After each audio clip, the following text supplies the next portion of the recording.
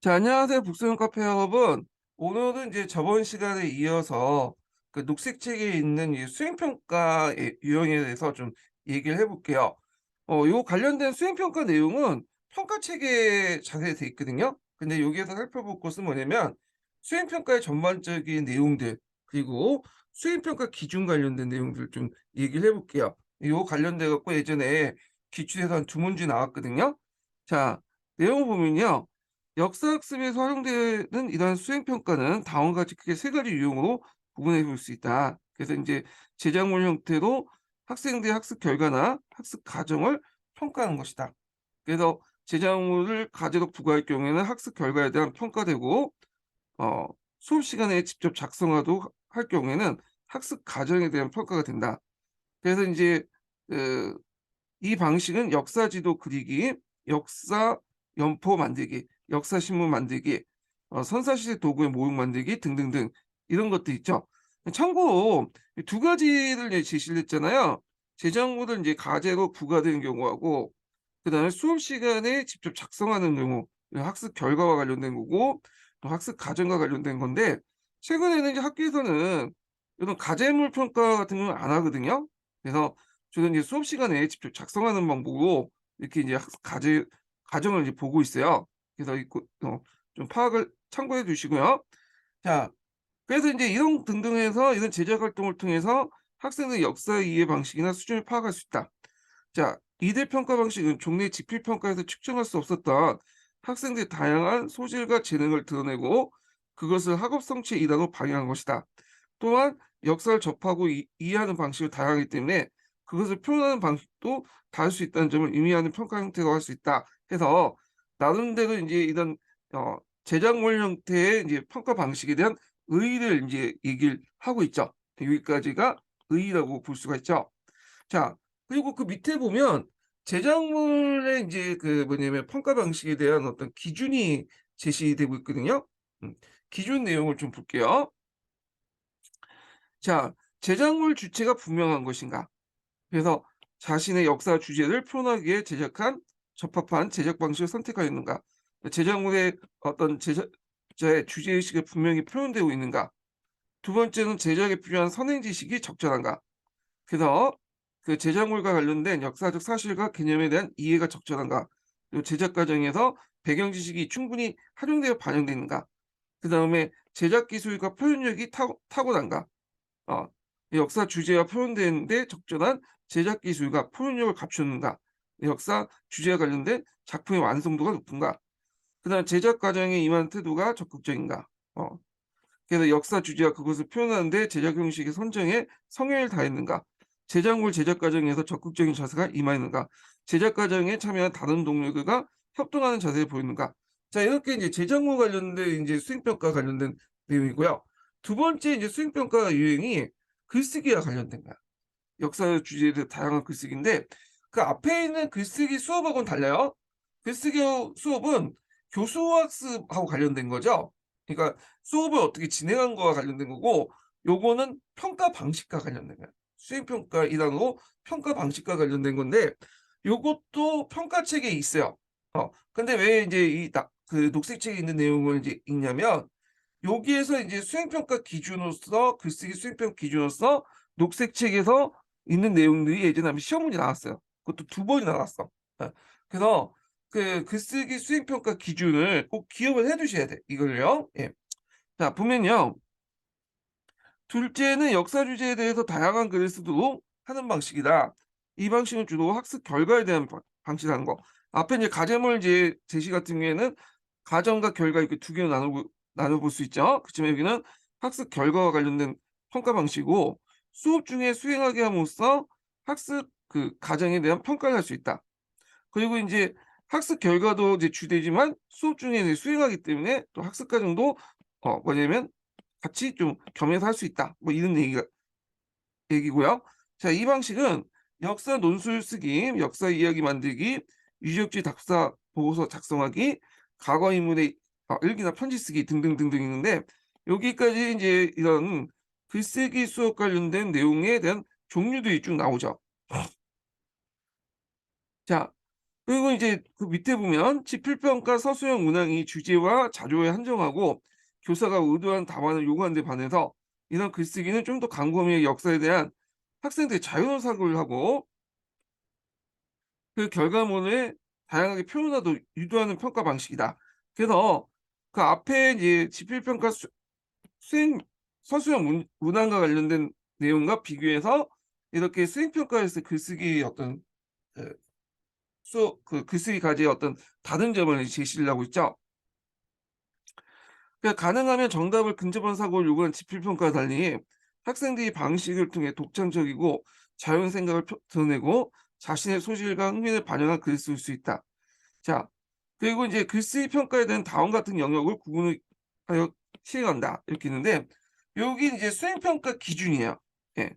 이거 외워두세요. 요게 예전에 기출에 나왔던 거예요. 요게. 그래서 그 2차 기출에 한번 나온 적도 있고 어 그리고 서술형 평가해 갖고 뭐 하여튼 그때 한번 또 언급된 적이 있어요. 그래서 꼭 기억을 해 두셔야 돼요, 요 부분은.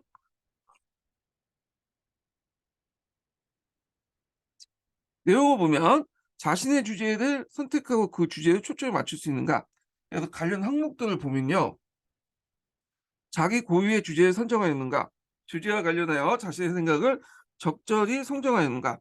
주제를 개발하고 확장하는 다양한 전략을 사용했는가. 자신의 주제를 여러 가지 형식의 글로 표현했는가. 자, 그다음 두 번째로는 글의 의미를 분명하게 나타내는가. 이렇게 있죠. 자, 글을 쓰는 목적과 주제에 적합한 언어를 선택했는가. 자, 두 번째는 글의 의미가 분명히 이해하는데 적절한 어휘와 개념을 선택했는가. 세 번째는 적절한 세부 사례를 주제로 지지했는가. 이렇게 있고요. 그다음에 인제 세 번째 항목은 이제 자료의 수집과 활용이 적절했는가인데 그 밑에 인제 내용들 보면 주제와 관련된 자료들을 적절히 수집하고 활용했는가, 그다음에 자료를 비판적으로 분석하고 해석했는가 이렇게 있고, 그다음 적절한 수정 전략 및 편집 기술을 사용했는가 부분인데 뭐 글의 순서와 전개 과정을 적절히 했는가, 자기 관점을 적절히 드러내고 설득력 있게 주장했는가, 그리고 자기 주장에 다른 제안을 검토하고 제시했는가 이렇게 있죠. 그다음에 이제 쓰기 활동에서 인제 적극적인 뭐 참여했는가. 그래서 자신의 역사 이해와 생각을 글쓰기를 통해 표현하는 데 적극적인가. 글쓰기 활동에 긍정적인 자세를 임했는가. 이렇게 있죠. 자, 그래서 이제 두 번째 유형이 이제 쓰기 유형이고요. 그다음에 음 여기에서 인제 볼 게 세 번째 유형이죠. 그래서 수행평가 세 번째 유형은 학생들이 말과 몸짓으로 직접 표현하는 방식이다. 이 방식은 주로 학습 과정의 평가이지만 학습 결과를 표현하는 것이고 학습 결과에 대한 평가도 이루어진다. 그러니까 주가 이제 학습 과정이고 그리고 보조적 학습 결과의 평가도 포함되어 있다는 거죠. 이 방식에서는 토론식 수업이나 탐구식 수업에서 발표나 토의를 적극적으로 의사를 개진하고 참여하는 태도, 그다음에 발표, 토론 내용에 포함되어 있는 역사 지식과 역사 사고 수준을 평가하는 대상이다. 그래서 말과 몸짓으로 표현하는 것으로서 인제 하는 게 뭐냐면 역할극이나 모의 재판에서 학생들이 연기를 통해서 역사 수업에 참여하는 데 표현 능력을 평가할 수 있고, 예 종류가 쭉 나오고 있죠. 여기부터가 인제 세 번째 유형의 종류를 얘기하죠. 그리고 역사를 주제로 한 무역 연기나 소년 연기, 노래 연기도 이 방식에 포함된다. 자, 학생들은 자신의 적합한 표현 방식을 선택하여 역사 이해와 가정을 관점을 표현함으로써 학습의 과정과 결과를 평가받을 수 있다. 자, 여기에서 인제 평가 영역 구분인데 기준이 쭉 나와요, 평가 기준이. 그래서 인제 세 개의 항목으로 인제 평가 기준을 정할 수 있는데요. 자, 첫 번째는 역사 주제에 대한 이해가 높은가. 그 주제와 이야기의 전개에 대한 이해가 충분한가. 그다음에 주제와 이야기에 관련된 적절한 지식과 경험을 지녔는가. 이렇게 있고요. 그다음 자료 분석과 관점의 형성이 적절한가. 그래서 관련 자료를 적절히 수집하고 분석하여 활용했는가. 주제와 이야기에 대한 자신의 관점을 가지고 있는가. 주제와 이야기에 대한 기존의 해석과 관점을 벗어나 비판적으로 창의적으로 접근했는가 이렇게 있고요. 그다음에 인제 표현 자세와 태도가 올바른가 해서 다른 사람들의 발표와 표현을 경청하고 주의 깊게 관찰했는가? 자신의 주장을 관점을 명료하고 표현했는가? 발표와 표현이 어렵고 미숙하여도 그것을 극복하고 도전하는 자세가 보이는가? 그리고 다른 사람들과 협동하여 작업했는가? 발표와 표현에 임하는 자세가 적극적인가? 자, 이렇게 해서 이제 수행평가 세 가지 이제 사례들을 이제 제시를 하고 있어요. 그래서 평가 기준을 중심으로 해서 좀 파악을 해 두시는 것도 좋을 것 같아요, 수행평가 관련돼서. 자, 그다음에 인제 이렇게 봤고요. 그리고 인제 녹색지 강독은 인제 여기에서 다 끝났고 아니, 녹색지 강독은 여기에서 인제 있고 그 앞에 서술형 제작의 유의점 부분인데 제가 이걸 파트너 먹고 정리 얘기를 안 했네요. 예. 서술형 평가 문항의 제작 유의점. 예, 녹색책 내용을 다시 볼게요. 그 앞부분을 좀 더 할게요.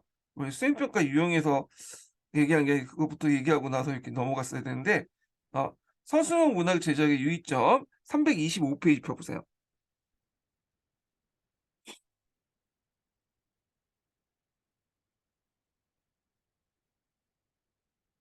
자, 요 서술형 문항의 제작 방법은 녹색책도 있고 평가책에도 있어요. 예. 그래서 인제 이거 둘 다 한번 읽어 볼 거예요, 관련돼 갖고. 그래서 서술형 평가의 특징, 유의점이나 유용성 이런 등등은 녹색책 평가책에도 있는데 둘 다 한번 읽어 볼게요. 요 관련돼 갖고 예전에 기출문제에서 한 두 문제 정도 나왔어요. 서술형 평가할 때 어떤 점을 유의해야 하고 뭐 이런 것도 있죠. 예. 볼게요. 자, 보면 서술형 평가 제작의 유의점을 보죠. 서술평가 문항은 반드시 상대형 문항에 비해 역사적 사고를 비롯한 역사적 사고를 더 잘 측정할 수 있는 것도 아니다. 사실과 교과서 지식을 기억해서 그대로 서술화도 요구하는 문항은 서술형 문항의 장점을 살리지 못한다. 그러니까 이제 기입형이라든지 뭐 이런 것들 단순히 교과서적 지식을 요구하는 것들은 이런 역사적 사고를 제대로 측정할 수 없다. 이런 내용이죠. 별다른 생각 없이 출제된 서술형 평가 문항은 흔히 역사 지식을 기억하고 해석하는 능력을 평가하는 수준에 그치는 경우가 많다. 그러니까 인출만 하는 거는 별 의미가 없다는 거죠. 예. 근데 이제 임용 같은 경우에는 요 위주죠. 역사 지식을 기억하고 해석하는 능력만 보는 것 같아요, 제 생각에는. 예. 자, 그래서 여기가 이제 서술 문항을 제시할 때 먼저 평가할 학생 집단의 성취를 고려해야 된다. 여기는 첫째는 없지만 문맥상 이게 둘째니까 이게 첫째가 되겠죠. 이게 이제 서술형 문항 제작의 유의점 첫 번째 내용인데 그래서 집단의 규모와 학력 수준을 살펴봐야 되는데 이를테면 집단의 규모가 클 경우에는 원활한 채점을 위해서 답안의 분량을 적게 채점하고 집단의 학력 수준이 낮을 경우에 가급적 쉬운 문항을 출제해야 된다. 그래서 응시하는 집단의 규모가 너무 클 경우에는 이게 답안의 분량이 늘어나면 안 되겠죠. 이게 잘 볼 수 있는 게 임용 시험이에요. 보통 임용 시험은 이제 3천 명 정도 보거든요. 역사과 인제 예를 들어 갖고. 자, 그런데 3천 명을 보는 시험인데 요게 이제 답이 길게 늘어놓는 그런 문제를 내면 어떻게 하겠어요? 힘들겠죠. 왜냐면 채점의 인력이 한계가 있고 이게 분석적으로 채점할 수가 없잖아요. 그러다 보니 힘들어. 그러다 보니까 인제 뭐냐면 짤막하게 기입형이라든지 그다음에 서술형이어도 한 줄 두 줄을 넘어가지 않죠. 예. 그래서 인제 이것도 인제 채점 기준으로서 인제 교과서 있죠? 교과서나 뭐 통론이나 요게 위주로 내고 예. 그래서 인제 이게 임용 시험의 특징이죠. 그래서 여러분들 보시면 알겠지만 처음에는 인제 제도가 바뀌면 임용 시험 제도가 바뀌면 이렇게 논술형 문제도 이렇게 뭐 시험 문제 내요. 예전에도 있었죠. 10 점짜리 문제. 근데 막상 채점하면 자기들도 힘들거든. 채점 인력도 많이 투입을 해야 되고 돈도 많이 들어가잖아요. 그러다 보니까 시간이 지나면 지날수록 원래 취지는 이제 무색행체에 이게 이제 뭐냐면 답안이 길이가 짧아질 수밖에 없죠. 그래야지 평가하기 채점하기 편하기 때문에 그런 거죠. 예. 그래서 요렇게 인제 이게 문제가 있긴 있는데 하여튼 요렇게 있고 그다음에 집단의 합력 수준이 낮을 경우에는 어렵게 내면 안 되겠죠. 가급적 쉽게 내야 된다. 그런 것들이 특징이죠. 자, 그다음에 두 번째가 역사 교육 목표나 학습 목표의 성취도를 측정할 수 있도록 문항 진술 양식을 적절하게 표현한다는 것. 그러니까 단순히 내용을 암기해서 서술할 수 있는 지식형 문항을 지향하고 역사적 상권을 평가할 수 있는 문항을 만들어야 된다. 그래서 인제 요런 내용도 인제 있고요. 요 관련돼 갖고 예전에 19년 10점짜리 그 논술 문제 한번 시험 문제 나온 적이 있어요. 예. 자, 그다음에 인제 셋째는 학생들의 응답할 내용을 구체적으로 진술해야 된다. 예. 이를테면 논의해라. 평가라는 것은 이것은 약간 추상적이잖아요. 그러니까 이제 논의해라, 평가 같은 단어 자체는 특별히 요구될 수 없기 때문에 학생들의 응답 방향을 다양해질 수밖에 없다. 근데 너무 인제 추상적으로 내면 그에 대한 반응도 다양할 수밖에 없죠. 따라서 요게 중요한데 어떤 것을 논의하거나 평가하는지 분명히 진술해야 된다. 그러니까 문제를 한정 지어 주는 방식이죠. 그러니까 이걸 인제 한정 지어 주는 방식으로서 인제 뭐 조건을 두거나 아 그다음에 문제 안에 단서를 줘서 한정 지어 줘야 돼, 이렇게. 그래서 임용 시험을 보시면 특히 역교훈 문제에서 이런 유형의 문제들이 있죠. 어떤 조건이 주어지고 그 조건에 맞춰 답을 쓰도록 하는 거죠. 예, 넓게 쓰면 어 이게 채점하기 힘드니까 이렇게 조건을 주는 것들이 되게 많아요. 근데 요 관련돼서 예전에 한번 기출에 나왔어요. 19 년도에. 예. 그래서 또한 비교해라, 대조해라 같은 문항은 나열하는 수준에서 어 그칠 수밖에 없으므로 무엇을 어떻게 답해야 할지 정확히 진술해야 된다. 구체적으로 진술해야 돼, 구체적으로. 네 번째는 문항수를 적절히 조정하고 응답의 범위나 정도도 알맞게 규정해라. 그래서 시험 시간에 맞게서 고려해서 문항수를 정하고 학생들이 작성할 답안 분량과 항목을 제시해 줘야 되고요. 다섯째는 여러 문항 중에 몇 개를 선택해서 답하도록 해서는 안 된다. 그래서 선택 문항을 주면 응시하면 이제 학생들이 같은 중고로 적용할 수 있는 평가 타당도와 신뢰도가 떨어질 수 있죠. 예. 그래서 선택 문항을 두면 응시하는 학생들에게 같은 중고를 적용할 수 없으므로 평가에 따른 신뢰도가 떨어진다. 그 말이 그 주관식인데 어 실제로 선택형 문제들이 있는 경우가 있어요. 예. 그게 인제 그 임용 시험에도 있거든요. 여러분도 인제 좀 기억나시겠지만 나실지 모르겠지만 03년 기출 문제에 이런 문제가 있어. 도리어 양식의 특징을 나타낼 수 있는 부분은 어딘가 이렇게 있고 요게 이제 도리어 양식이 있고 인제 기둥이 났으면 기읍, 니은, 여기 디귿 뭐 이렇게 니을 이런 식으로 준비했어. 예. 그래서 사지성당으로 문제를 주어져 놓고는 주관식 문제를 낸 거예요. 예. 이런 케이스죠. 이런 것들은 뭐냐면 답안을 몇 개 줘 놓고 인제 갑자기 선택하는 방법이기 때문에 말이 서술형이지 이건 선다형이죠. 예. 요런 것들은 별로 안 좋다 그거죠.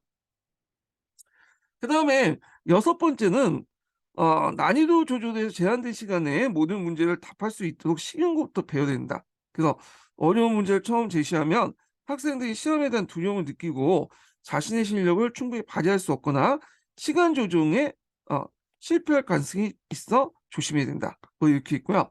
자, 여기는 뭐 그 관련된 뭐 서술형 제작의 평가 방식인데 이건 넘어가고요. 자, 그다음에 이제 또 볼 게 뭐냐면 평가책 관련된 내용을 좀 볼게요. 예. 서술형 평가의 특징과 뭐 유용성 등등 있는 내용인데 자, 182 페이지 펴 보세요. 평가책 182 페이지 펴 보세요.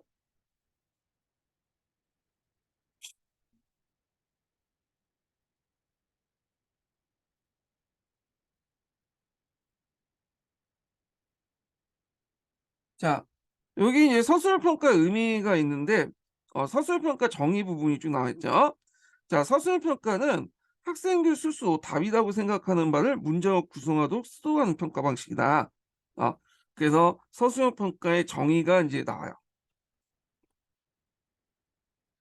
그리고 서술 평가에서는 평가 문항이 요구하는 바를 파악하여 학생들이 알고 있는 정보를 정리하여 쓰거나 자신의 주장과 견해와 판단을 논리적으로 구성하도록 서술하였다. 그래서 학생이 문항 요구에 따라 직접 답안을 수록하는 평가 방식을 일반적 주관식 평가라고 부른다.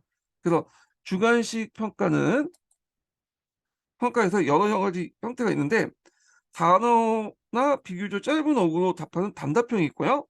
문법 형식을 제대로 갖춘 여러 문장을 논리적으로 구성하여 답안을 요구하는 서술형이 있다. 두 가지 방식이 있죠. 단답형과 그다음에 서술형 이렇게 있고 역사과 인용도 요 방식대로 따로 있죠. 자, 서술형은 정보나 지식을 활용한 문제 해결과 그에 따른 글쓰기를 요구하는 로서 대부분 교과서에서 지식과 정보를 다루는 능력, 논리적 사고 능력을 평가하는 방안을 인정받고 있다. 그래서 이 서술 평가에 이제 뭐냐면 측정할 수 있는 영역이 뭐냐. 아, 그래서 첫 번째는 지식과 정보를 다루는 능력, 논리적 사고 능력을 이제 평가받을 수 있는 거죠. 두 번째 이제 이에서 반해서 답답형이 있죠. 자, 요게 여기 있네. 이게 자, 답답형은 단순한 기억이나 회상에 의존하는 답을 요구할 가능성이 상당히 높다는 점이 문제로 지적되기도 한다. 그러나 중요 지식이나 개념을 정확한 기억은 언어 교과에서 매우 중요하고 다양한 자료를 바탕으로 결과 간단한 개념이나 단어를 답할 수 답하도록 할 수 있다. 따라서 답답형 평가 방식의 사고 능력과 무관하다고 보는 시각은 그리 적절하지 않다. 왜냐면 단답형이라도 인제 뭐냐면 요 앞문장을 보고 여기에 집어넣어야 되잖아요. 그 앞문장을 이해해야지만 요 개념이 들어갈 수 있기 때문에 이게 단순히 뭐냐면 암기다라고 볼 수는 없다. 그죠? 예.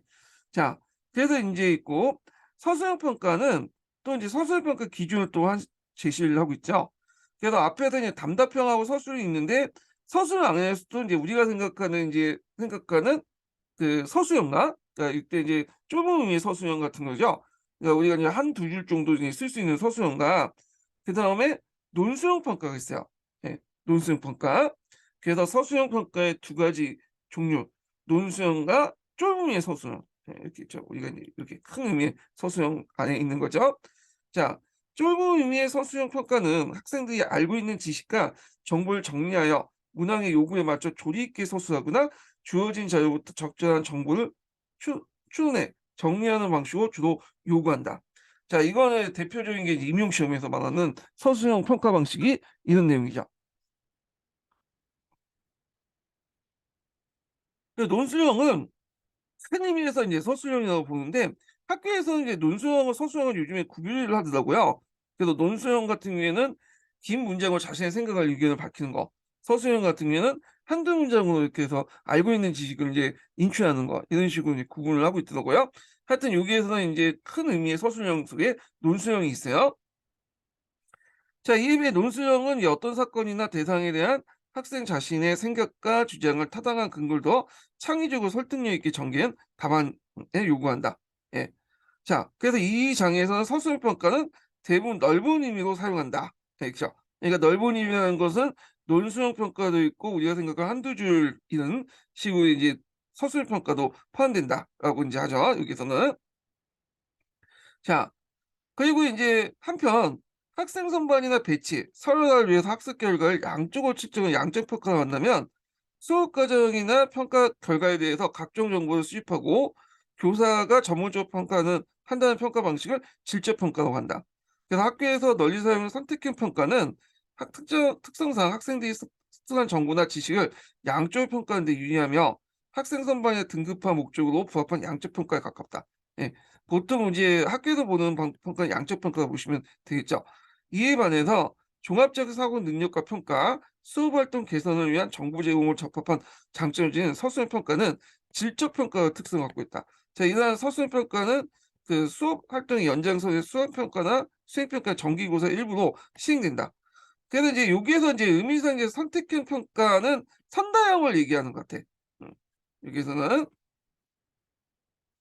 그래서 이거는 점수 딱 나누기가 등급화되기 편하죠. 채점이 간단하고 그러다 보니까 인제 이거는 양적 평가고 근데 이에 반해서 인제 종합적 사고나 뭐 수업 활동 개선 등 이렇게 하는 걸 질적 평가라고 하는데 서술 평가에 이 질적 평가에 포함된다는 거죠. 그래서 평가 결과의 처리에 따라서 인제 학생들이 답안에 나타난 다양한 정보를 교사가 판단하고 해석하는 과정이 중요하다. 왜냐면 이게 이제 질적 평가라는 것은 단순히 성적을 매기는 것뿐만 아니라 그걸 통해서 인제 피드백을 받는 거죠. 서술형 문제가 오고 학생들이 어떤 오개념을 갖고 있고 그리고 어떤 논리적 구조를 갖고 있는가. 그리고 이것을 바탕으로 해서 학습상을 어떻게 나중에 개선할 것인가. 그리고 동료 교수들과 또 정보를 공유하고 그래서 피드백이나 정보 공유 목적이 있다. 그래서 이제 요거 관련돼 갖고 요거 기초에 나왔던 거죠. 서술 평가의 특징과 유용성 측면에서 예전에 나왔어요. 그 밑에도 있어요. 요 관련된 내용 한번 읽어볼게요. 요게 이제 기출 관련된 내용이니까 꼭 기억을 해두세요. 그 부분. 자, 서술형 평가에 관한 연구 및 교사들의 실천 경험에 의하면 그 특징과 유용성을 다음과 같이 정리할 수 있다. 자, 첫 번째로는 서술형 평가는 지식과 정보를 다루는 능력, 문제 해결에 의한 사고 및 표현 능력을 종합적으로 평가한다. 그래서 학생들은 서술된 답안을 쓰는데 필요한 정보와 지식을 기억해내거나 또한 주어진 자료를 찾아야 된다. 그런 다음에 자료의 중요도를 평가하고 선택하여 답안을 활용할 수 있어야 된다. 따라서 교과서 내용을 단순히 해석하거나 옮겨 적는 문항은 가급적 피하는 게 바람직하다. 왜 가급적 옮겨 적는 문항을 피하는 게 바람직할까요? 그 앞부분을 뭐냐면 하기 위해서는 이런 것들이 제대로 안 되는 거죠. 이렇게 하다 보면. 그래서 문제 해결 능력, 포용 능력을 종합적으로 평가해야 되는데 단순히 교과서 내용을 단순히 해석하거나 옮겨 주는 거는 그거하고 연관이 안 되잖아요. 예. 장점을 제대로 살리지 못하는 거죠. 그래서 이런 것들은 피해야 되는 거죠. 예. 자, 그다음에 인제 계속 읽어 볼게요. 네, 잠깐만요.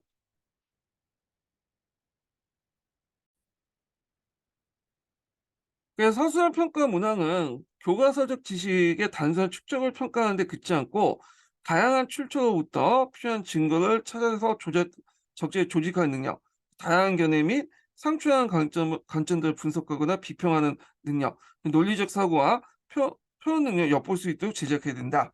자, 그래서 앞에 있는 이 종합적 사고를 이제 뭐냐면 제대로 살리기 위해서는 이런 작업들이 필요하다라는 거죠. 자, 그다음에 두 번째로는 뭐냐면 서술 평가 문항을 통해 학생들 지적 수준을 비교적 구체적 정확히 평가할 수 있다. 그래서 서술형 문항에 대한 학생들 각자 자신의 방식대로 반응한다. 따라 서술형 답안을 통해 교사는 학생들 개개인의 사고하는 과정의 특성과 수준을 가늠할 수 있으며 실제 학업 성취 정도를 좀 더 타당하게 측정할 수 있다. 자, 이러한 특성은 교사가 학생들의 수준이나 여러 조건을 맞춰 수업 방법을 개선하거나 수업 내용을 조정하고 학생 개인의 성장을 도울 수 있는 학습 활동 계획하는 데 도움이 된다.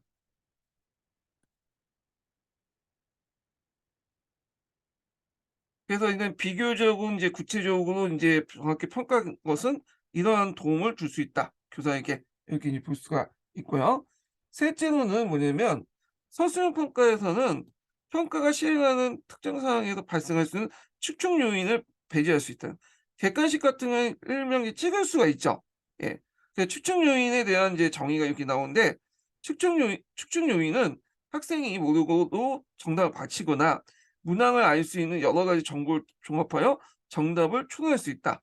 그래서 앞에 인제 선다형 문항 제작 원리가 중에 답지 작성 원리 중에 하나가 인제 뭐예요? 이런 추측 요인 배제의 내용이 있잖아요. 자, 그래서 하여튼 어 가장 선택한 문항인 4 개에서 5 개의 선택지 중에 논리적 어긋난 걸 배제하는 방식으로 정답을 고르거나 우연하게 다른 문항부터 관련 정보를 얻어서 정답을 맞힐 수 있는데 서술형 평가는 그런 추측 요인을 적용하기 어렵다는 거죠. 예. 그래서 이거는 진짜 알고 있어야지만 쓸 수 있는 그런 것도 있어. 그 예전에 임용시험 볼 때 09년부터 13년까지 객관식 시험이 있었거든요. 그래서 1 차를 인제 선다형으로 봤어. 오지선다형. 근데 제 강의 듣는 중에 어떤 분은 선다형에서는 꼭 합격을 해요. 그래서 4번 합격한 걸로 제 기억이 나는데 근데 2차 때는 떨어지더라고. 계속 떨어졌어. 그래서 결국에 임용 포기했거든요. 이분은 이제 뭐냐면 막연하게 이제 공부를 하는 스타일이죠. 막연하게 알고 그냥 문장을 보고 추측해 갖고 이제 찍는 건데 어 약간 IQ는 높으신 분 같아. 자, 근데 이제 막상 인제 이 논술형이나 서술형 평가에 들어가니까 자신이 잘 알지 못하니까 계속 떨어지는 거야, 이게. 하여튼 이런 측정 요인을 이제 뭐냐면 제거할 수 있다라는 거고. 자, 넷째로는 서술형 평가 결과를 면밀하게 분석하여 수업 계획부터 실행에 이르기까지 실천 과정을 전반적으로 성찰하고 개선 방향을 모색할 수 있다.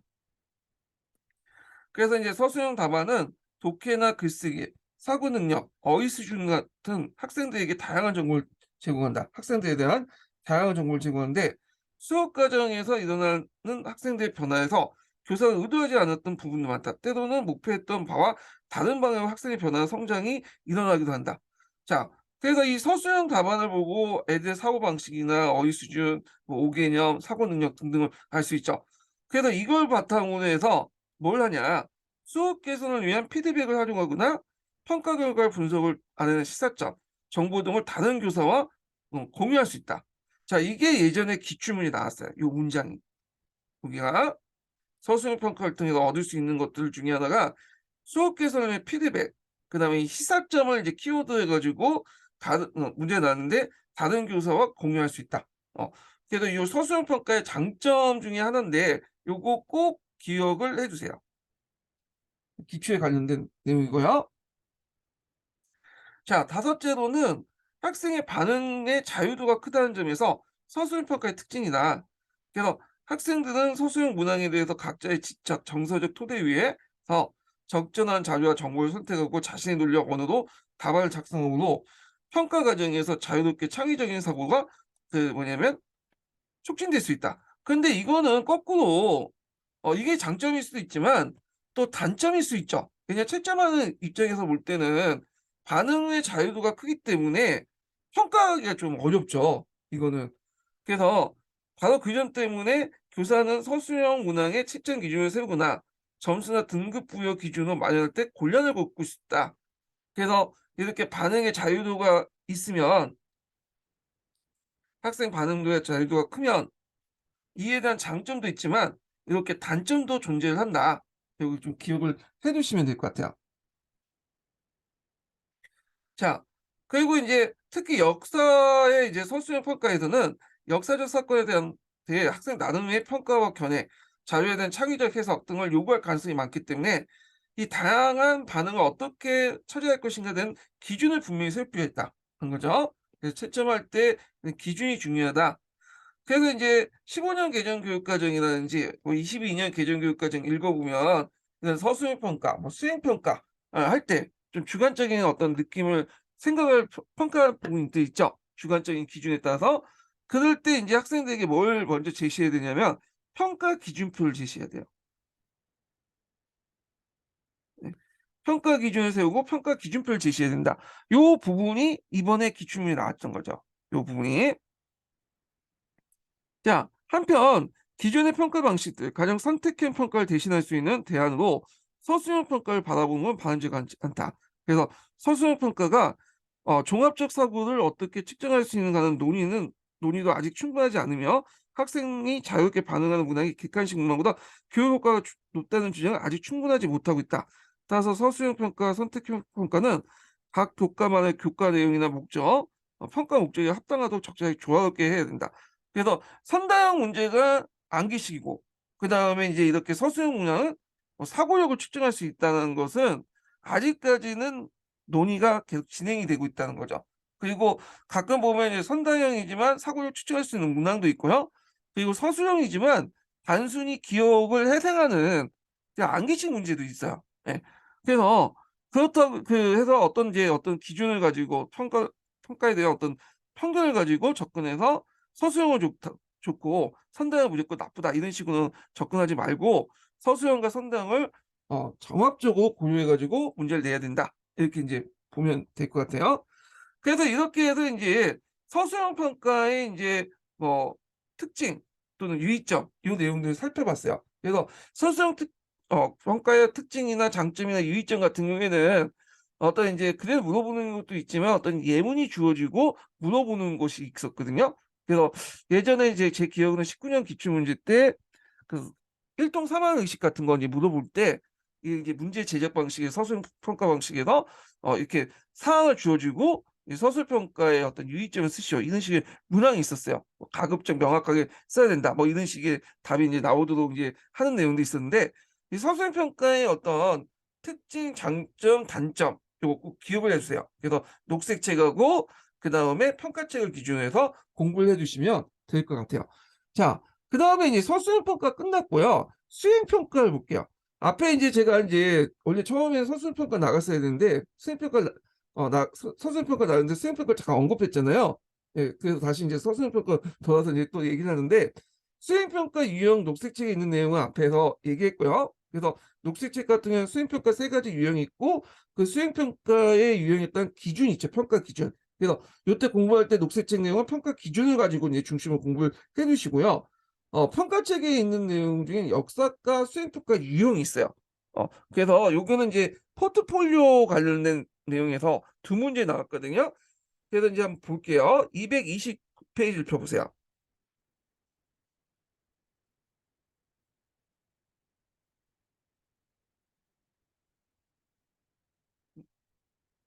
자, 229 페이지 역사평가 수행 역사과 수행평가 유형이 있어요.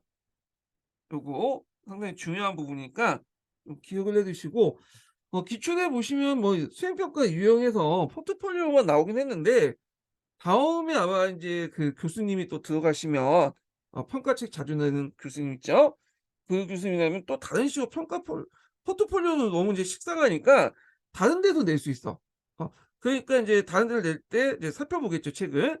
그리고 예전에 포트폴리오 냈으니까 그 같은 주제에서 수행평가 주제에서 다른 부분을 한번 내 보자 해 갖고 낼 수가 있겠죠. 그래서 포트폴리오만 나왔다 해서 포트폴리오만 딱 공부하는 게 아니라 그 장은 그 주제는 다 공부를 해 주시는 게 좋아요. 수행평가 관련된 그 평가 유형에 관련된 주제를 다 뭐냐면 파악을 해 두시는 게 좋을 것 같아요. 예. 자, 그럼 내용을 볼게요. 자, 여기 이제 앞부분은 각자 보시고 조사 연구 보고서법을 볼게요. 자, 이 조사 연구 보고서법은 그 두 번째 뒤에 있는 조사 연구 발표법하고 연결돼 있어요. 예. 그래서 조사 연구를 하고 나서 보고서를 작성해서 그다음에 앞에서 이제 발표를 하는 거죠. 그러니까 첫 번째 유형하고 두 번째 유형 보고서법하고 발표법은 서로 연결돼 있다. 이렇게 이제 기억을 해 두시면 될 것 같아요. 자, 그러면 보면 첫 문항은 인제 그 내용을 보면요.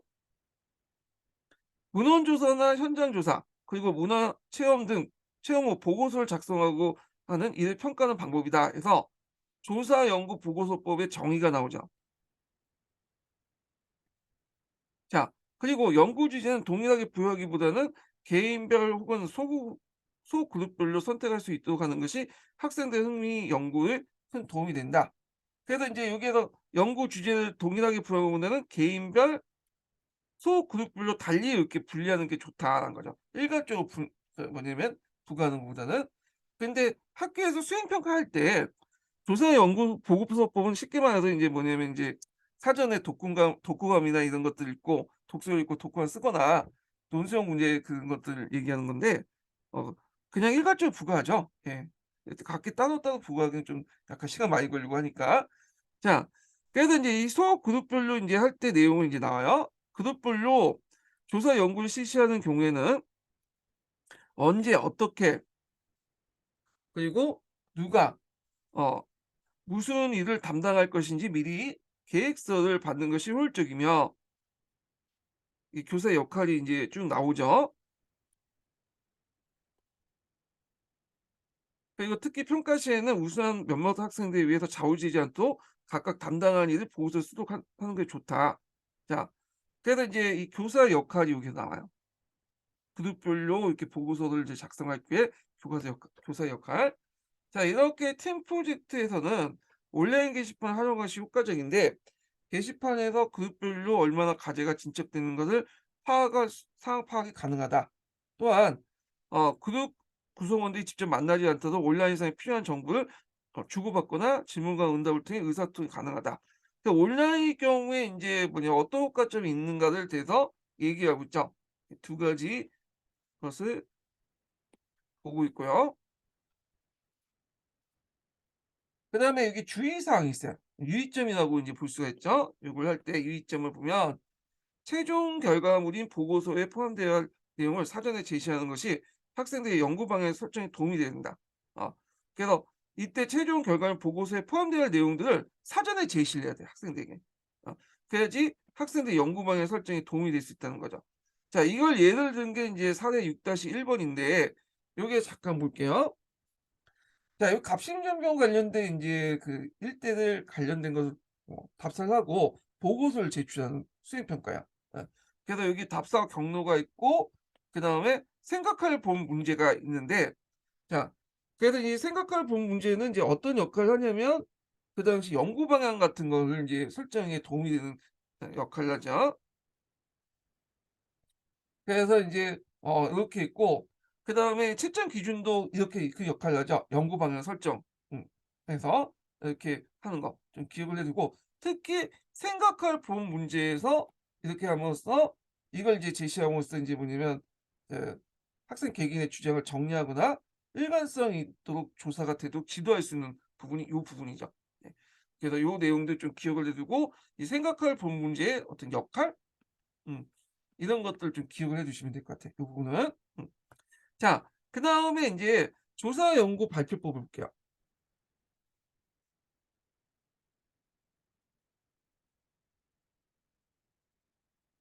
자 여기 보면 이제 조사 연구 발표법과 그런데 이거는 앞에 인제 그 조사를 연구를 했잖아요. 그 조사 연구 보고서법을 인제 보고서를 인제 작성하면 그걸 발표해야 되겠죠. 그러니까 조사 연구 발표법은 조사 연구 보고서법과 연계돼 있어요. 예.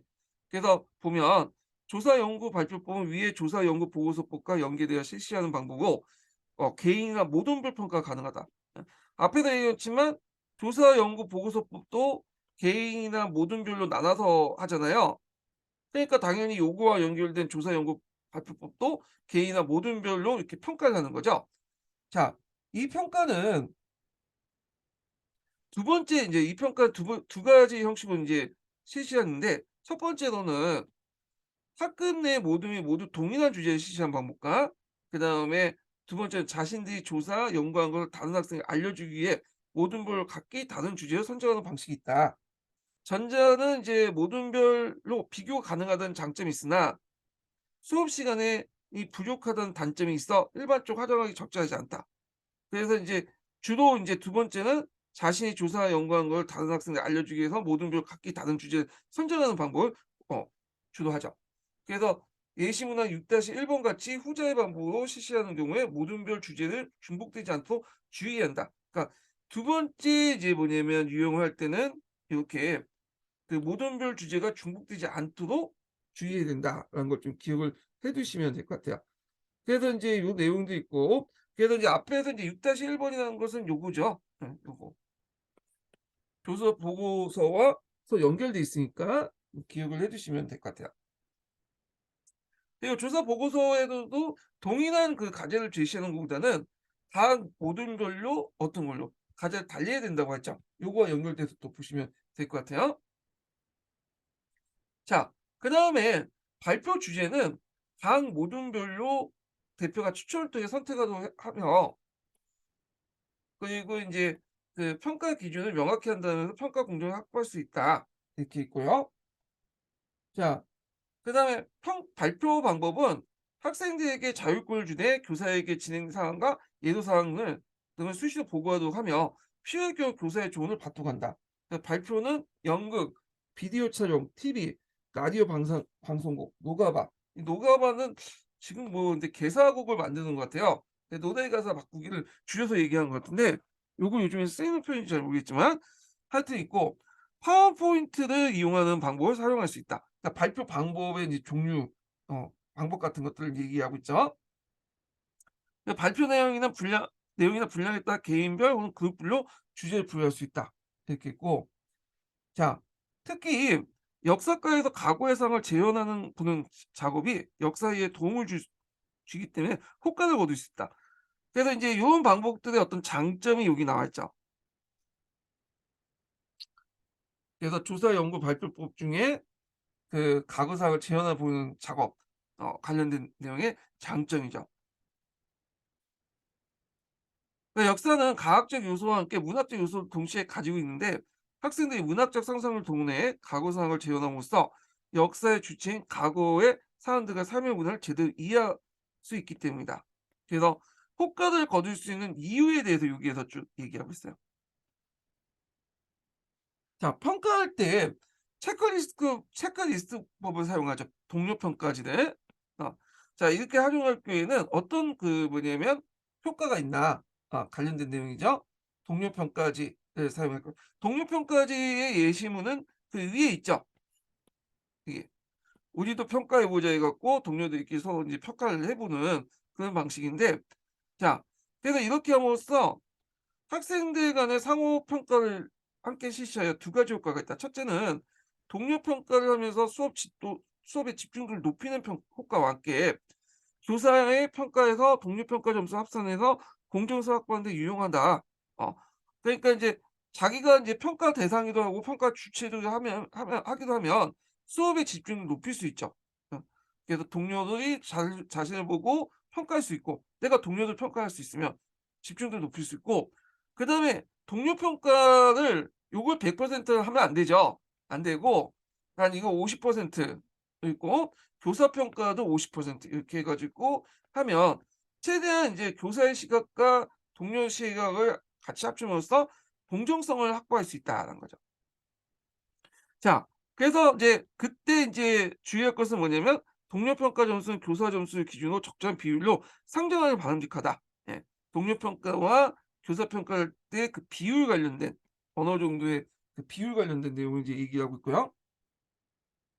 특히 발표 수업에서 6-2번의 5번 문항을 발표하는 모든 이해의 학생들의 수업 집중을 참여할 수 있도록 할 수 있다. 그러므로 수행평가 유형과 특징을 맞게 6-2번과 관련된 같이 독립평가지 내용 수정, 평가를 이제 적절히 활용한다면 평가의 이제 질을 향상시키는 데 도움이 될 수 있다. 이렇게 있죠. 그래서 인제 여기 보면 6-2번에 5번은 인제 보면 이거죠. "이번 발표를 통해서 알게 된 역사적 사실을 한 문장으로 쓰시오." 이렇게 있죠. 자, 이런 것을 이제 두면 그 모둠에 참여하지 않는 다른 학생들도 수업 집중도와 참여도를 평가할 수 있다는 거죠. 요걸 이제 보면 요 문항을 둠으로써 요 모둠에 참여하지 않는 학생들도 이렇게 이제 평가할 수 있다라는 장점을 얘기하고 있어요. 그래서 인제 요렇게 해서 그러므로 이제 6-2번 같이 독립평가지 내용을 수정 평가에 철저하게 활용하면 평가의 질을 2배로 확산시킬 수 있다. 예. 내용을 이제 보고 볼 수 있고요. 그다음에 조사 연구 발표법의 인제 순서 관련된 내용이 있죠. 자, 첫 번째로는 먼저 모둠의 대표가 인제 발표 주제를 정하고요. 그리고 각 모둠의 담당할 주제가 결정되면 모둠원들이 모여 자료 수집 및 발표 계획을 위하여 모둠별 발표 계획서를 제출하고요. 그래서 이 계획서에는 역할 분담이라든지 그다음에 발표 방법, 전체적인 준비 계획 등이 포함되도록 한다는 거죠. 자, 모둠의 대표는 수시로 이메일이나 온라인 게시판을 통해서 발표 과정을 생기는 질문사항을 중심으로 교사와 의사소통한다. 자, 이때 교사는 발표의 준비사항을 확인하고 조언할 수 있으나 학생들의 요청이 있을 때만 실시하며 학생 수도 준비에도 지도된다. 그래서 인제 이때 교사의 역할 내용이죠.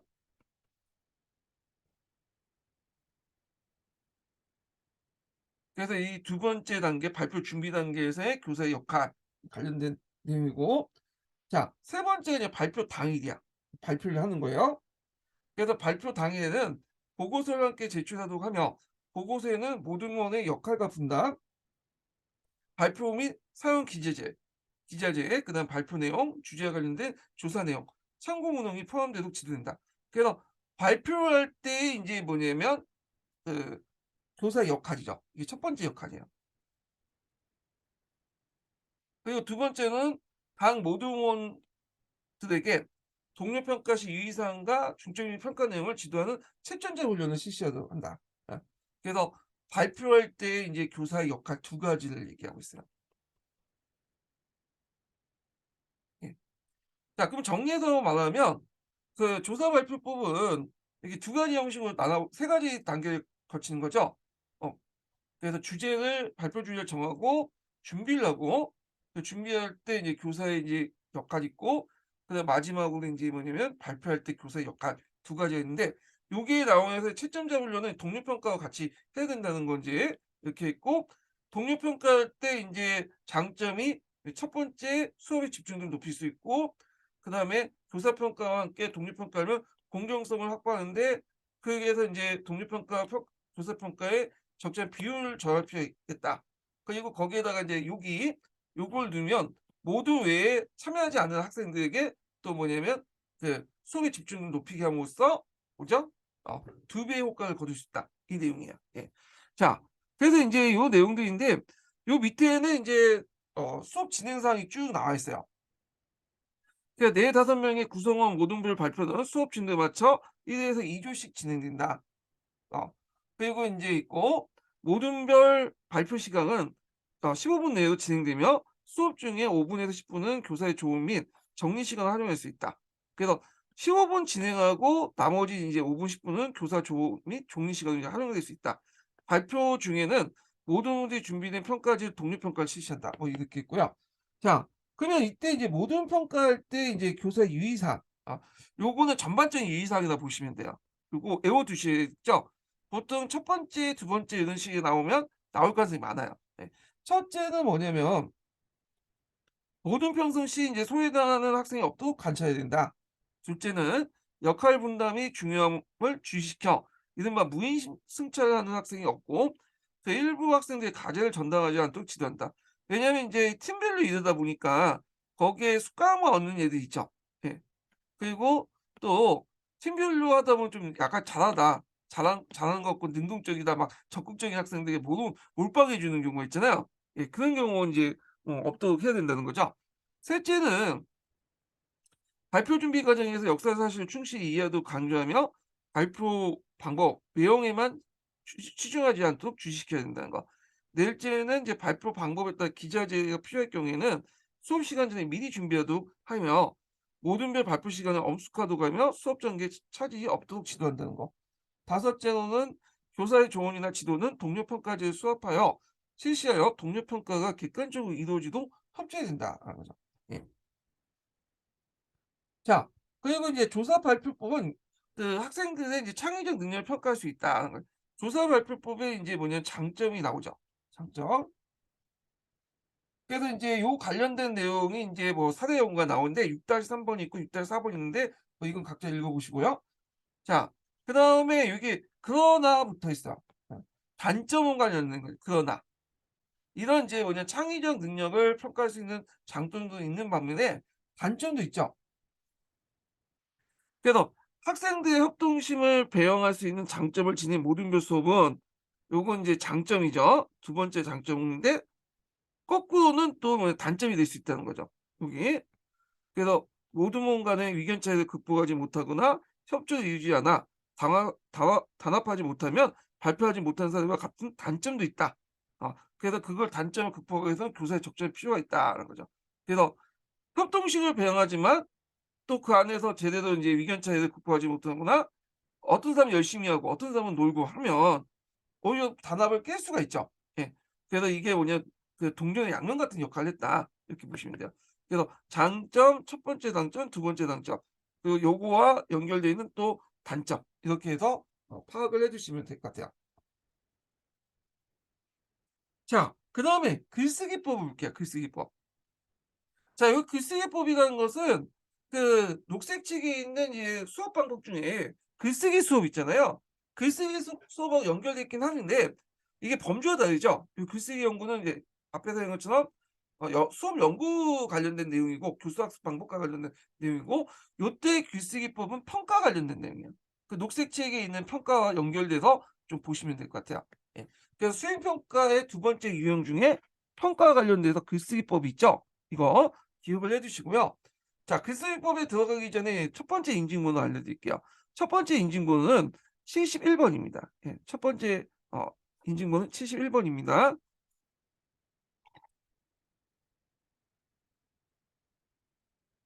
자, 여기 보면 글쓰기는 역사를 비롯해서 사회과 학습의 중요한 수단이다. 그래서 이제 학생들은 글쓰기 작업을 통해 새로운 방법의 내용을 배우고 이전에 알지 못했던 생각을 발견하고 구조화시킬 수 있다.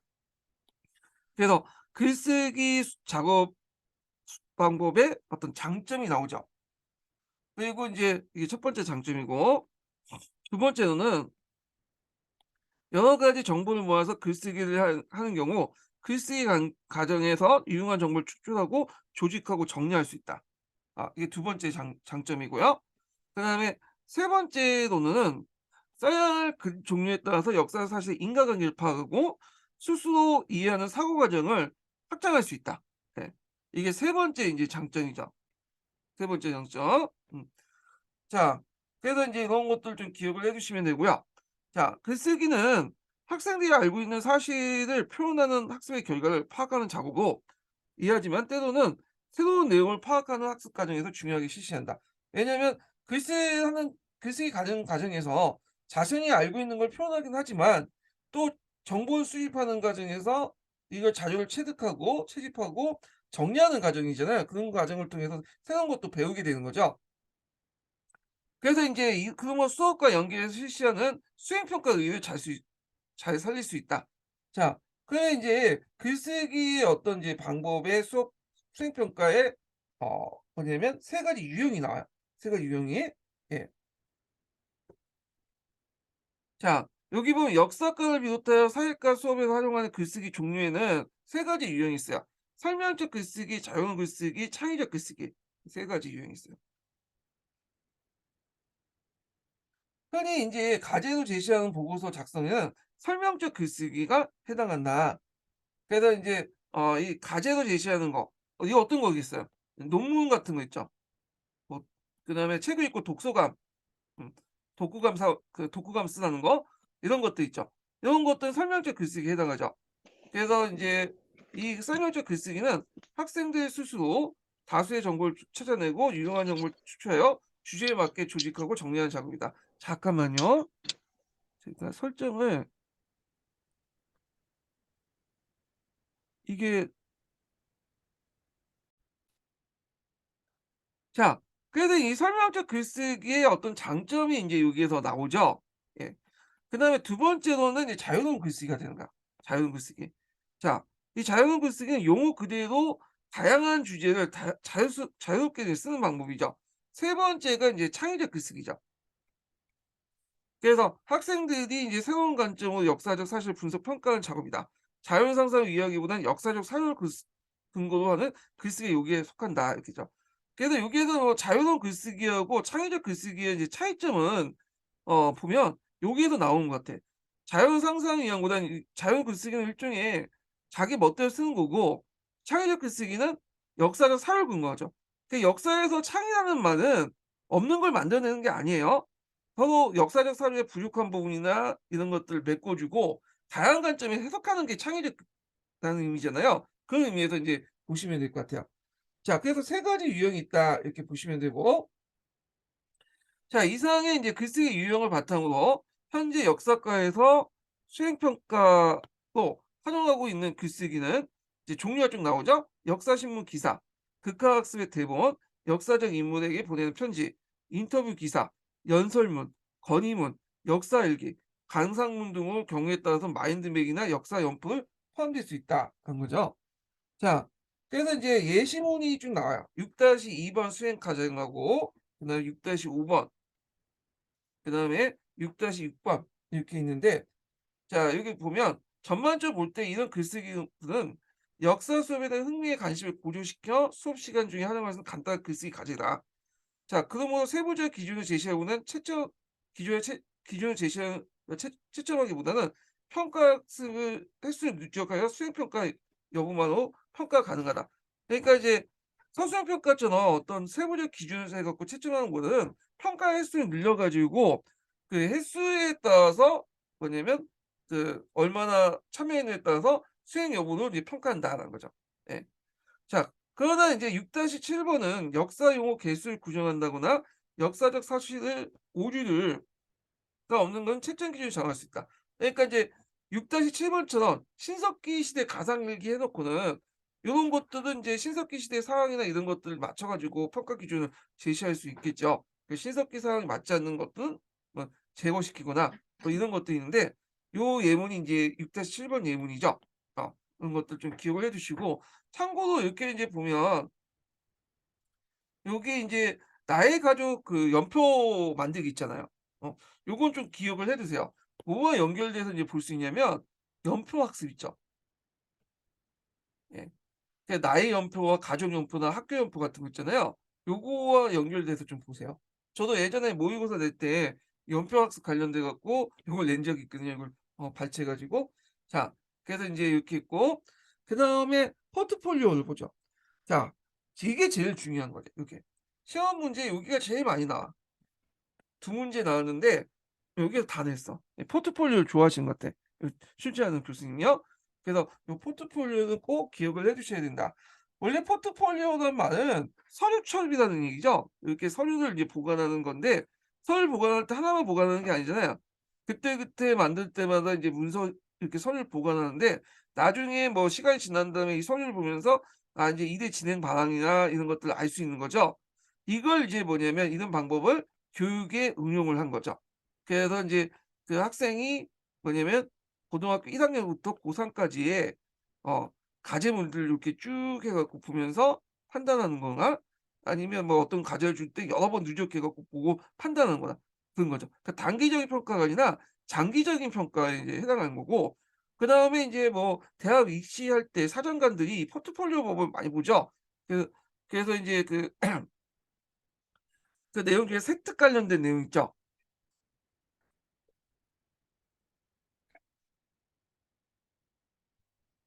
세특이라든지 동아리 활동이나 이런 것들을 보고 이 학생들이 인제 뭐냐면 요 과에 들어올 때 어떤 마음을 가지고 고등학교 때부터 1 학년부터 어떻게 인제 이렇게 자기 성장 과정을 했는가. 그래서 고등학교 때 뭐 예를 들어서 '나는 인제 피아노를 전공하고 싶다.' 그 피아노 관련된 그 동아리 들고 그다음에 피아노 관련된 수행 평가 열심히 하고 피아노와 관련된 음악 과목도 열심히 하고 이런 것들 다 보면 인제 일종의 기록이 남잖아요, 생활 기록부에. 그 이걸 보고 인제 그 판단을 해서 합격의 이제 여부를 결정하는 거죠. 평가에도 이런 것들이 많이 반영이 돼 있어요. 예 수행 평가도 그걸 많이 사용하고 있고요. 그럼 내용을 볼게요. 원래 포트폴리오는 용어는 보관 유지가 가능한 서류치로서 그림, 작품들의 진술 증거가 수반된 용기이며 정보 관리의 문서 목록을 지칭하기도 한다. 그리고 사업적인 문서나 은행 투신의 안전에 대한 문서 목록을 정의하기도 한다. 이 수행평가의 어떤 개념, 컨셉을 이제 역사과에도 수행평가에도 역사과 수행평가에 응용할 수 있는 거죠. 포트폴리오를 이용한 수행평가는 대체로 한 단원이나 한 학기 혹은 1년 단위로 실시되는 방법으로 비교를 장기적으로 요구하는 것이다. 그러니까 장기 평가예요. 단기 평가가 아니라. 자, 그래서 수행 과정을 점검하는 중도 평가를 1-2회 정도 병행하는 것이 시시한 것이 바람직하다. 자, 그래서 인제 이 교사의 역할 관련된 내용이죠. 이 포트폴리오법은 하나의 주제를 정해 학생들이 조사하고 연구하는 노력을 노력의 결실을 평가하는 방법이다. 자, 이 평가의 장점은 포트폴리오 안에서 채점 기준을 찾을 수 있기 때문에 평가 근거가 비교적 명확한 거다. 요거 기억을 해 두세요. 예. 평가의 장점인데 평가의 장점을 살리지 못할 경우에 유의점에 또 해당할 수 있죠. 이 말은 뭐냐면 평가 근거가 비교적 명확해야 된다는데 평가 근거가 명확하지 않으면 음 이게 이제 포트폴리오 장점을 살릴 수 없는 거잖아요. 그래서 평가 근거가 명확하지 않았다라는 말이 예전에 한번 시험 문제 나왔어요, 이 부분이. 예. 그래서 요 내용도 좀 기억을 해 주시고요. 두 번째로는 수행 평가 과정의 시작과 끝을 비교해야 항상 정도를 평가할 수 있다. 그러니까 앞에서 얘기한 수행 평가 그 포트폴리오 법 자체가 장기 지속적 평가이기 때문에 이 학생이 성장 과정을 보는 거야. 성장 과정을. 자, 그래서 인제 요런 내용들 좀 기억을 해 두시면 될 것 같고요. 자, 요것도 인제 요거와 관련돼 갖고 예전에 시험 문제 나왔어요. 요 두 가 그래서 그 수행평가의 포트폴리오법의 장점 두 가지 그리고 그걸 하지 않을 경우에 어떤 문제점 요거 꼭 기억을 해 두세요. 요 관련돼서 기출에 나왔던 거기 때문에. 자, 그다음에 이제 계속 읽어 보면 역사과에서는 사례 6-8번 같이 주제별로 스크립을 활용하여 포트폴리오를 작성하게 되는데 요 관련된 내용이 이제 여기 앞에 6-8번 포트폴리오 수행 과제 예가 있죠. 자, 그래서 이제 관련자를 모으고 쳐가며 정리하는 과정에서 자연스럽게 학습이 이루어지고 자신의 견해를 정립할 수 있다. 예. 요것도 이제 포트폴리오의 장점 세 가지 세 번째 장점이죠. 자, 이때 평가 기준이 나오는데 평가 기준 쓰라고 나올 수도 있을 것 같아요. 그래서 자료 수집 능력, 그래서 조사 연구 능력, 성실성, 의사 표현 능력 요거 평가 요소가 되겠죠. 평가 기준의 요소. 요거 외워 두시는 것도 좋을 것 같아. 자, 그다음에 한편 교수학습 과정에서 수행 평가를 실시하려고 할 때는 가장 현실적이고 적용 가능한 방안은 학습지를 이용한 포트폴리오 공부. 그래서 보통 이제 교과서 그 수업에서 수행 평가 이용한 게 학습지죠. 학습지 나눠 주고 학습지를 나눠 주고 이제 어느 정도 1 학기 끝나거나 이게 중간에 학습지 걷어 가지고 이거 쓴 걸 보죠, 공부한 것들. 네. 그래서 인제 이렇게 해서 인제 포트폴리오 방법을 해 갖고 평가하는 방식인데 어 그런 것들이 대표적으로 쓰이는 경우고요. 학습지 혹은 이들 책을 엮은 배움책에서는 교수 학습 과정에서 필요한 역사적 사실 내용 및 사료를 포함하여 지도나 사진 등 그와 관련된 자료 그리고 단원별로 학생들의 사고를 증진시킬 수 있는 수행평가 내용이 포함되어 있다. 그러니까 이런 학습지 또는 학습지를 모아놓은 그 배움책 안에 필요한 내용들 이제 쭉 들어가 있죠. 그래서 그때 필요한 내용들이 뭐냐 물어볼 수 있잖아요. 예. 요거 포함된 내용들 이거 외워 두시는 것도 좋을 것 같아요. 단지 교과서 내용의 핵심 요약을 정리하여 주요 용어에 빈칸을 두고 이를 채우는 형식의 배움식의 포트폴리오는 적용하기 어렵다. 그래서 이거 단순히 이제 뭐냐 사고 과정보다는 기입형 같은 것들 있죠. 이런 것들은 안 된다. 인출형이나 이런 것도 안 된다는 거죠. 예. 그래서 그 포트폴리오법 관련된 내용 되게 중요한 거니까 꼭 외워 두시고 그다음에 이제 볼 게 뭐냐면 퀴즈와 게임 관련된 내용인데 뭐 요거는 제 생각에 뭐 나올 것 같진 않은데 한번 읽어보면 볼게요. 자, 퀴즈와 게임을 활용한 수행평가는 교수학습과 가장 밀접하게 연관되어 실시되는 있는 평가 유형이다. 그래서 퍼즐이나 스피드 퀴즈, 골든벨, 자주 하죠. 이게 우리 학교에도 이제 하는데. 자, 사다리 타기, 미로 찾기 등 기존의 게임에서 역사 지식을 포함시켜 수행평가 문항을 직접 제작하게 하여 가정을 평가하거나 아니면 교사가 제작한 문항을 평가를 실시하는 방법이다. 그래서 이제 6 다시 이제 사대 6-9 번이 역사 퍼즐 만들기가 있어. 그래서 사대 6-9 번이 이제 요거죠. 신문에서도 이제 스포츠 신문에도 이런 거 되게 많죠.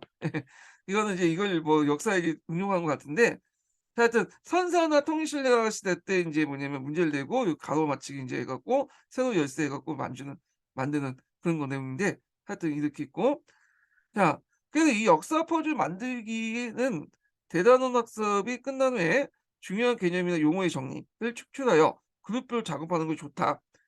그래서 학생들의 역사적 사고력과 이해력을 높이기 위해서 역사 용어와 개념을 정확히 이해하고 파악하기 좋은 방법이다. 그래서 이제 어 이거 교수학습 방법하고 여기까지 교수학습 방법이죠. 그다음에 뒷부분 요 두 번 요 다음 문장은 장점과 관련된 내용이죠. 역사 퍼즐 만들기의 장점과 관련된 내용이에요. 자 그리고 장점이 여기 두 가지가 있네요. 두 번째 장점은 또 뭐냐면 자 역사 퍼즐은 퍼즐을 만드는 과정에서 큰 효과를 거둘 수 있으며 퍼즐을 풀어보는 동안 또 다른 재미를 느껴 역사 속에 흥미를 느낄 수 있다. 이렇게 있어요. 자 이상의 수행평가 유형은 인터넷이 보급되면서 과제용어 제시될 때 웹상에서 이뤄진다. 근데 요거는 약간 인제 뭐 예전의 얘기 같아요. 요즘에는 모바일로 다 하는데 자 한번 읽어 보시고 요거를. 자 그래서 인제 이 내용도 있고 요 뒷부분 각자 읽어 보세요. 예. 그래서 퍼즐 만들기 관련된 내용이 있어요. 요 관련된. 자 이것은 인제 수행평가 관련된 내용이 다 끝났고요. 평가책 강독을 다 끝났어요. 평가책 관련된 내용은 더 많죠 이게. 근데 제가 여기까지 좀 하는 건 뭐냐면 이게 너무 많이 나가면 이 공부 분량이 늘어나잖아요. 여러분들이 뭐 역경험만 공부하는 게 또 아니고 교육학도 공부하고 세계사도 공부하고 한국사도 공부해야 되잖아요. 그래서 그냥 요거는 좀 발췌독하는 식으로 진행할게요. 나머지 부분이 진짜 나왔다 하면 그냥 틀려 주면 되는 어차피 남들도 공부 안 하는 거니까 의미는 없어. 요거는요. 자 그래서 이렇게 해서 인제 그 교수학습 목표부터 해 가지고 평가까지 이렇게 끝났어요. 그래서 녹색책, 파란책, 평가책 관련된 내용 또 일부 검은책 내용까지 좀 했고요. 그다음 시간에는 인제 좀 쉬었다가 남색책 관련된 내용을 진행할게요. 남색책은 인제 교수학습 이론과 관련된 내용이죠. 그래서 교수학습 이론 진행하면서 중간중간에 파란책하고 그런 내용들을 좀 약간 어 같이 할 거예요. 예. 그리고 나서 그다음에 갈색책 내용 진행을 해 볼게요. 자, 좀 쉬었다가 다시 진행을 하겠습니다.